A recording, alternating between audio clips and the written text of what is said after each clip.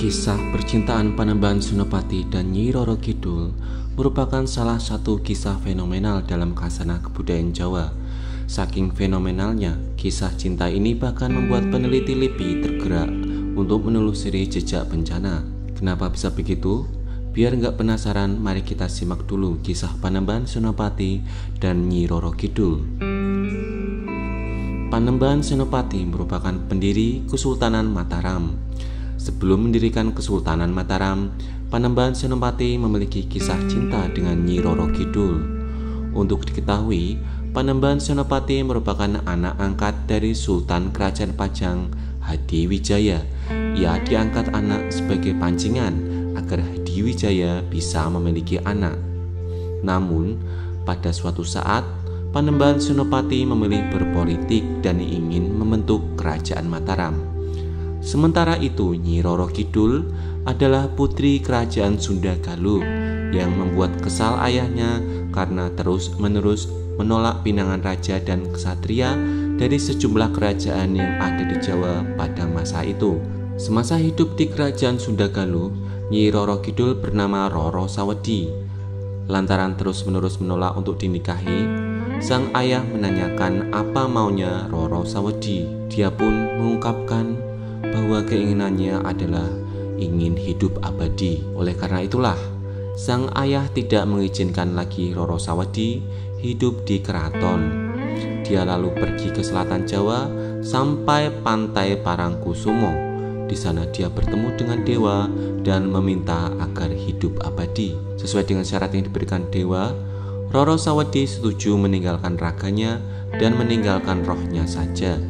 Ia kemudian diminta tinggal di keraton selatan yang isinya bukanlah manusia. Saat itu, dewa juga memiliki perjanjian dengan Roro Sawedi agar membantu para manusia yang membutuhkan pertolongan. Dari sanalah Roro Sawedi berganti nama menjadi Nyi Roro Kidul atau Kanjeng Ratu Kidul. Kembali lagi ke Panembahan Senopati. Keinginannya membentuk Kesultanan Mataram tercium oleh ayah angkatnya, dan disiapkanlah pasukan untuk menggagalkan rencana tersebut. Saat itu Panembahan Senopati memilih bersemedi di pantai selatan, sedangkan sang ayah meminta bantuan ke juru kunci Gunung Merapi pada masa itu. Saat bertapa, terjadilah letusan Gunung Merapi dan gelombang besar. Hal inilah yang menghalangi pasukan Hadiwijaya untuk memburu Panembahan Senopati. Keraton Nyi Roro Kidul pun terganggu dan dia mencari siapa penyebab kekacauan tersebut. Akhirnya, Nyi Roro Kidul menemukan Panembahan Senopati yang bersemedi di atas batu gilang.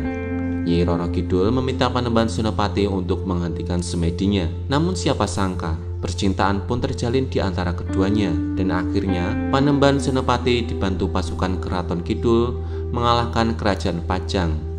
Dan dari sanalah, kemudian sejarah Kerajaan Mataram dimulai pada tahun 1587. Peristiwa alam inilah yang menjadi dasar LIPI untuk menelusuri jejak bencana di selatan Jawa. Kejadian gelombang besar dan gunung meletus di Jawa diperkirakan terjadi sekitar 400 tahun lalu dan memang benar-benar terjadi berdasarkan penelitian jejak bencana. Hal itu cukup sesuai dengan kisah penyerangan Kerajaan Pajang terhadap Panembahan Senopati pada tahun 1584, di mana kemudian Panembahan Senopati bertemu dengan Nyi Roro Kidul dan terjadilah peristiwa gunung meletus dan tsunami yang menyebabkan Kerajaan Pajang kalah. Begitulah kejadian percintaan antara Nyi Roro Kidul dan Panembahan Senopati serta cerita-cerita di baliknya. Bagaimana menurutmu?